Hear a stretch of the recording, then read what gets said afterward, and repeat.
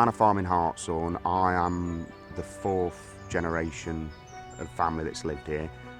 In the late 90s, it was getting apparent that with the sort of size of farm we've got, it wasn't becoming viable to farm in the sort of traditional way. So in '99, we put an application in with the National Forest for the woodland creation, and we put in 44.5 hectares, which is just under 110 acres, into plantation. It was a big step forward for the farm, but at the time, and National Forest always has done, is offered really competitive grants and made them really attractive, really.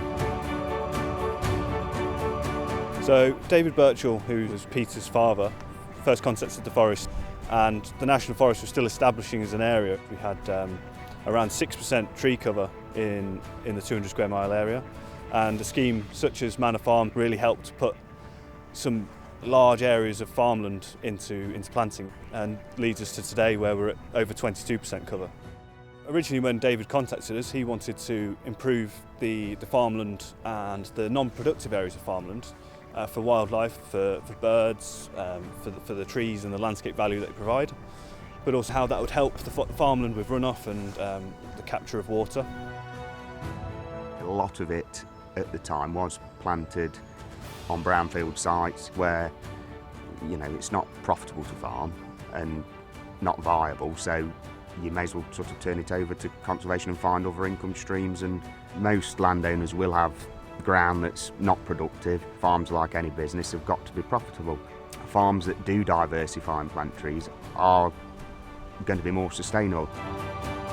We've developed really good sort of contracting business, and that's sort of working mainly within the National Forest.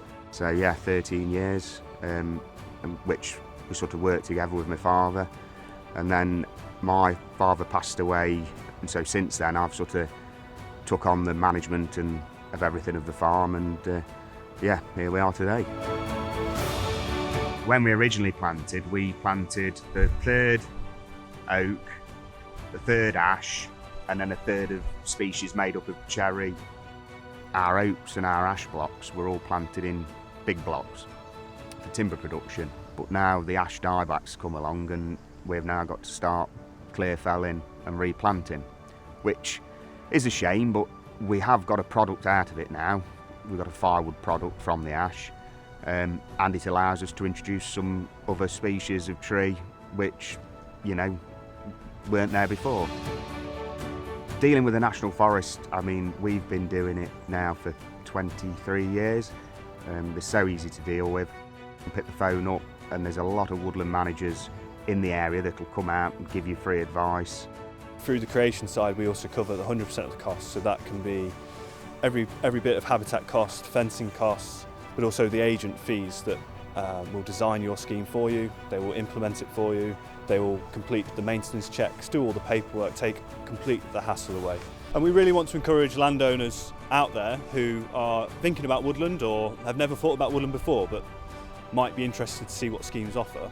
Come and talk to us, and then in a few years' time you could be looking at something like this yourself. A diversified farm with all the opportunities for business that could bring. Really, people have got to start looking at woodland as an income and an investment. It's a big opportunity for folks, I think, and I'd encourage people to do it. My father, he loved nature, and the fact that we're sort of carrying on trying to keep that legacy going, it's nice. I sleep well at night.